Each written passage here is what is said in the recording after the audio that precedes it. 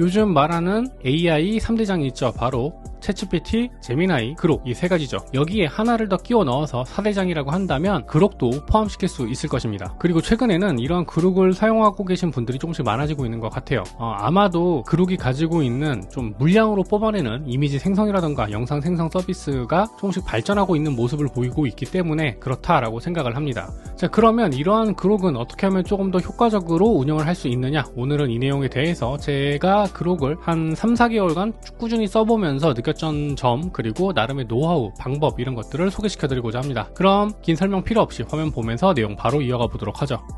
자, 그러면 지금부터는 이 그록 화면을 보면서 제가 어떠한 방식으로 그록을 이용하고 있는지, 어떻게 하면 조금 더 그록을 잘 이용할 수 있는지 소개를 시켜드리도록 하겠습니다. 자, 먼저 첫 번째 방법은 바로 에이전트를 이용하는 것입니다. 에이전트 같은 경우는 최근에 업데이트된 내용이긴 한데, 여기 보시면 이제 베타 써보기라고 하는 토글 창이 있어요. 이거를 이제 활성화를 시켜 주시고요. 그 다음에 전문가 들어가신 다음에 자, 이런 식으로 프롬프트를 입력을 해보도록 하겠습니다. 자, 이런 식으로 프롬프트를 입력을 하게 되면, 자, 그러면 이런 식으로 에이전트들이 생각 중이라고 하는 항목이 보이게 됩니다. 이건 뭐냐 하면 그록이 자동으로 여러가지 에이전트들을 다수 생성을 하고 그들끼리 이렇게 대화를 하는 방식으로 답변을 해준다는 거죠. 자, 이렇게 되면 조금 더 정확한 내용, 조금 더 디테일한 내용, 조금 더 깊은 내용을 이 그록을 이용을 함으로써 결과값을 받아볼 수가 있게 되는 겁니다. 그리고 두 번째는 작업이라고 하는 이 항목을 이용하는 것입니다. 자, 이 작업은 뭐냐 하면 반복 업무의 예약 기능이다 라고 생각을 해주시면 돼요. 예를 들어서 이런 식으로 제가 데일리 테슬라 뉴스라고 하는 이 반복 업무를 생성을 했다라고 해볼게요. 자, 여기 보시면 자, 이렇게 매일 오전 8시에 이제 글로벌 테슬라 뉴스를 정리를 해서 나에게 알려달라 라고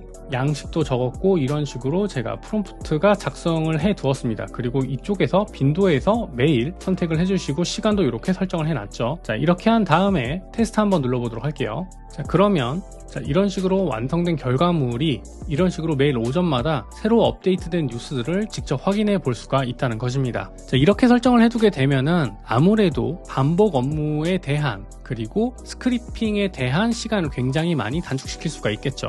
저는 이런 식으로 뉴스 기사를 스크립을 해왔지만 반복적인 업무들에 대한 리소스를 굉장히 많이 단축시킬 수 있을 것이라 생각이 듭니다. 자, 그리고 마지막은 이미지 제작이라던가 수정하는 기능입니다. 최근에 이 그록이 굉장히 이 영상이라던가 사진 부분에 있어서 업데이트가 많이 된 모습을 보여주고 있어요. 자, 예를 들어서 자, 여기에 이러한 사진이 있습니다. 이 사진을 이전과 동일하게 영상 만들기 이렇게 해주게 되면 영상이 이런 식으로 만들어지게 되겠죠. 자, 이렇게 영상이 완성이 되었습니다. 이때 여기서 점 3개 눌러 보시게 되면 영상 연장이라고 하는 옵션이 새로 생겼어요. 이 옵션을 선택을 하게 되면 이런 식으로 프레임을 조절을 해서 이 시점부터 다시 또 영상을 확장해서 만들어 나아갈 수 있습니다. 이 상태에서 그냥 영상을 만들어 보도록 할게요. 자, 그러면 시간이 지났고 영상이 연장되었습니다. 그래서 보시게 되면 그록 같은 경우는 처음에는 이제 6초 또는 10초 이렇게만 선택을 할 수가 있었는데, 영상 길이를 지금은 최대 30초까지 제가 앞서 소개드린 방법을 통해서 영상을 연장할 수가 있게 되었고요. 그리고 이미지 역시